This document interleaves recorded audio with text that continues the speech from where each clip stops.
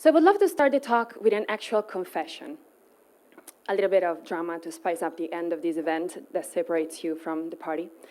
And the confession is that when I was first invited to join this event, this TEDx, I checked the theme and I felt torn when I saw that it was about purpose. Because you see, purpose today happens to be one of the most polarizing topics that I can possibly talk about. You know those topics that you sort of engage in conversations with and you're not 100% sure you still will be friends with the other person on the other side of the conversation? Purpose is one of those topics for me. And to be fair, so is impact and sustainability. And I would love to tell you about it. And to do so, I would love to start with how my relationship with purpose started and about a phenomenon that is happening quite a lot recently. So let's start from how the relationship that I have with purpose started. My name is Meg Pagani. And my journey of purpose, you can see the start right here. You can see me here at about 3 years old, when I packed my stuff, went downstairs to my parents, and said, I'm leaving. They're like, you're what? And I'm like, I'm leaving, because something is not adding up, and I sort of need to figure it out. So I'm going. So what happens next is a story for another event. But this is just to say that my relationship with following whatever compels me started pretty early. And I wanted the world to know as well pretty early. Fast forward, I spent the last 10 years in what we can call the impact and the sustainability space, mostly working on decentralized scaling and knowledge transfer in English, how you look at different projects from around the world, you identify what works, and then you extract the best practices so they can be spread, adapted, and reapplied in other locations. So this type of background for about a decade gives you what some people would call impact literacy. And it is quite interesting, the phenomenon that is happening in my life at the moment, and the one of other colleagues as well, because we went from being, for about a decade, these naive weirdos, to be like the cool kids that get called in the rooms to talk about these topics or even teach about them, to people that are extremely professionals and extremely proficient as well in languages like tech and finance and business, but who don't speak impact yet. So I don't know how my colleagues start these conversations, but I'm a nerd, so I always start with the same thing, which is a checklist. And I always go guys, let's just make sure that we are on the same page here. I prepared a checklist for us to assess that we make the best use of our time, and we're sure that we're here for reasons that we all agree on, and we can figure out if I can help you. The checklist goes like this. Are we here because your investors or stakeholders are asking you to report on your impact? You don't know what impact is, you don't know how to measure it or track it, and you would love to present what you do in a way that meets, policies and compliance requirements. Please choose all that apply. And normally they go, yes, yes, yes, that's absolutely it, Meg, you nailed it, it's all of the above. And then I ask, is there anything missing in this list that you're trying to figure out and I might be able to help you with? And they go no, not really. And that's when I'm like, oh, that's great, but I'm not your girl. I'm not your girl because, you see, there is 2 ways, I believe, to approach this sector at the moment. One is asking questions like, how can we present what we do to meet with the compliance and the policies and sort of continue with our things as usual. The second way, though, it's about asking, or better said, developing the capacity and the leadership to sit down with the type of questions that these times in history are confronting us with. Like, what does value creation mean for this company? What are the assets or the resources that we have, the skills, and how else could we apply them to meet and honor people and the planet? And look, both are valid, I say. Both are valid. I understand this sector of impact at the moment is solely driven, almost solely driven, by compliance. But if you're going for the first option, I'm just not your girl. Because at some point, it dawned on me that we cannot talk about impact or purpose without looking at power first. Because we keep framing these global challenges or social or environmental challenges as those external things out there that are coming at us as threats. But we can literally trace back every single one of them to one or another form of abuse of power. On nature, on each other, or on ourselves. And even more so, when we look at the solutions that we want to use to fix or solve or save, when we look at them, we can find the same language and the same approach as abusive and as codependency-driven, as the very things that we're trying to get rid of, that we want to stand against. And when I started noticing these things, I knew that my contract with the impact and the sustainability space was broken. Because once you see something, you can't unsee it. One thing is ignorance, another is incoherence. And so I can't speak for other people, but Sherlock Holmes can speak for me. We can't afford to do that, not on my watch. Can we really call ourselves the heroes of the ESG revolution or the purpose economy revolution while we still actually are just recreating the same story? Because if you think about it, the words purpose and impact, they don't mean anything on their own. They're neutral. We see them applied as default positives to decorate the branches of people and organization, while their very roots are still poisoning the very soil that we all belong to. So purpose, great, but how and what for? Impact, how and what for? Power, how and what for? And sustainability, do we want really to sustain this? As I said, Sherlock Holmes does it for me, not on my watch. So I had to break up with the sector. And once you break up with a sector you identified with for about 10 years, that's how you end up. Pretty clumsy puppy, because you don't know how to move around anymore. You don't have many references. You're not anymore who you used to be, and you're not yet whatever or whoever you're going to be next. And so you sort of you don't know how to move. And so it started to dawn on me that I really needed new references to, find my bearings. And that's how I came across a concept that is pretty known in holistic medicine. That is similia similibus curantur. In Latin, this is known as the law of similar. It means like cures like. And it sort of clicked for me. I said, well, if the underlying code and metrics and disease, if we want, of this sector, in my perspective, is power, then maybe in power is where it can be found, the cure. So I started to really look into the topic of power. And it was interesting because I figured out quick enough that in our culture, we're not really great at power. We don't really like to talk about it. If power is a default positive, purpose is a default positive, power is a default negative, because we only know it in the context of abuse. And I couldn't find much power literacy either. Don't get me wrong, we have uncountable resources on how to access more power and centralize more power, that's for sure, but not too much, or almost none of them, on how to repurpose power, and how do you do it, and what does it take. So it was clear for me that I needed to look somewhere else, and that's how I landed and decided to dive into what today I call the other ways of knowing, which is an expression actually that I heard first from Ada Paris here in Lisbon a few years ago. What are the other ways of knowing? The other ways of knowing to me are those philosophies and cultures and traditions that exist since a much longer time than our European and American-centric mindset. The way Tyson Yunkaporta, an author and researcher Aborigines, would call it, those are cultures that have already gone through the phases.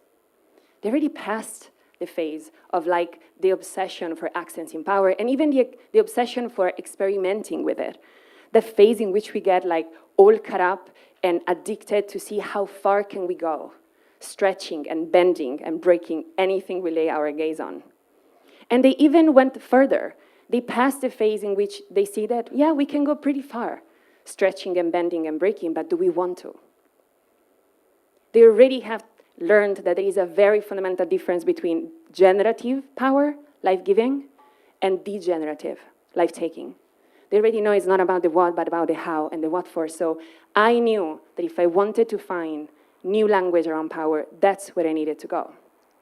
And so I've decided to start investing about 1/3 of my time since about a few years, diving into and practicing with the other ways of knowing. You can see me here in my most recent experience this January with the Ashaninka indigenous tribe in Acre, Brazil. And with Ben Kipiako, their leader and shaman, and known activist for his work on circular economy, reforestation, the protection of the rights of the indigenous people, and especially the protection and the preservation of the sacredness of their practices.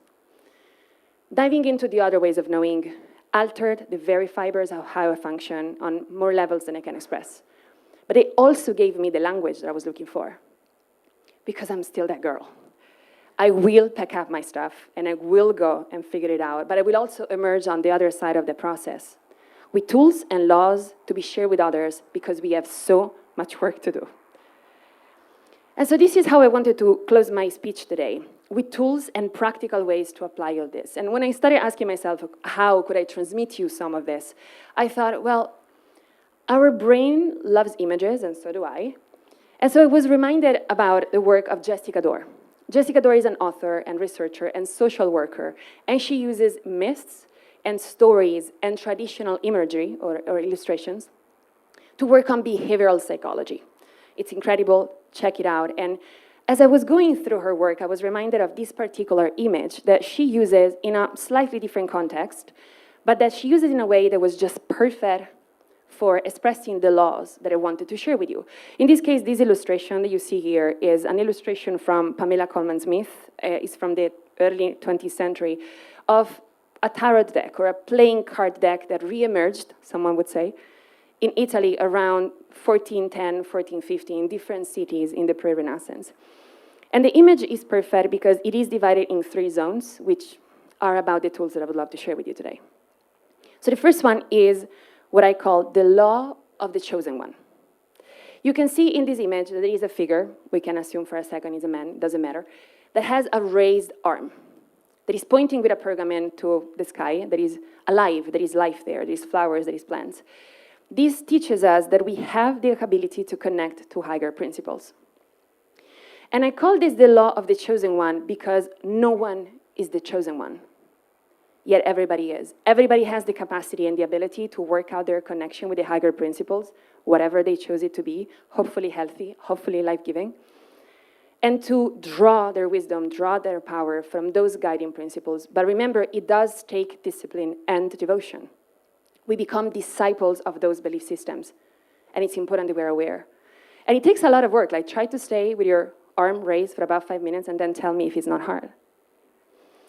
The second one is the law of the alchemist. You can see that this figure has in front of him a table with tools or elements which are meant to be used to be transformed, to create. This law reminds us that we can't create from shame and guilt, and this is very important because we cannot afford to keep framing environments on shame and guilt and pointing fingers and figuring out who's the enemy or creating enemies so we get to be the heroes. Because we can't create from shame and guilt. It must be another way how we approach, impact and sustainability and purpose. And the way is remembering and understanding that we all are bridge makers. And as bridge makers, if we are rejecting the old, we are rejecting our prime material. We're meant to use whatever power and privilege and resources, and we can choose to use them in a different way. This is the law of the alchemist. Because any alchemist and every grandmother would tell you that you must forgive and love and romance the ingredients that you have for you to be able to transform them into something else. And the last law in this image, the law of correspondence, this is one that we really don't deal well with. Like our culture really doesn't like this one. Like we get stuck in like more power and playing around and more power and playing around really much on the mind. But the law of correspondence reminds us that we are called to express and apply our powers, whatever they are, on Earth, in the actual reality, more than in virtual reality. And the reason why I'm specifying this is because we also need to remember that what we are seeking is seeking us. What you're seeking is seeking you. We're meant to pour down and to point our arm on whatever corner of the garden we're drawn to and see what happens. Because if it is value what we are creating, life will burst back at us from that corner of the garden. And if it doesn't, it means that we are trying to still apply our talents and what we're good at instead of dedicating to what we're drawn to. Or that we're pointing our gifts to a corner of the garden that just doesn't have our name on it. The person, the project, the situation, if there is no aliveness back, it's not for us. Because one important law of purpose is that it never is. And whoever has found an alignment with this knows it already. It never is about inventing. We're not inventing it. It's not a concept. When you're aligned with that purpose, it feels like a remembering. You have a sense of reemergence of, I was meant to be here. Déjà vu. And so before we go, I would love, it's going to be hard for me, but I would love you all to do this with your hands. Please, guys, I sort of see you, so if you don't do it, I'll know. Please do it. I can't do it because of the microphone. Hold it for me. So when I do this exercise, I like to use a phrase from one of my favorite books, which is The Philosopher and the Wolf from Mark Rowlands, that goes sub specie aeternitatis, which means from the gaze of the universe. From the gaze of the universe, you're now holding the planet. I would love you for a few seconds to just look at it. Imagine the texture, the colors, feel its weight. And I would love you to imagine for a few seconds tiny dots of light for every single person that inhabits this planet. No one is the chosen one, yet everybody is. Because like cells to an organism or to a body, with whatever we choose to do with our powers, we hold a very specific story of what is possible or impossible to do here. Is finance good? Is tech good? Is business good? What do you do with it? Patagonia, if you look at it from a why and a what, is just like every other apparel company, pretty much same assets.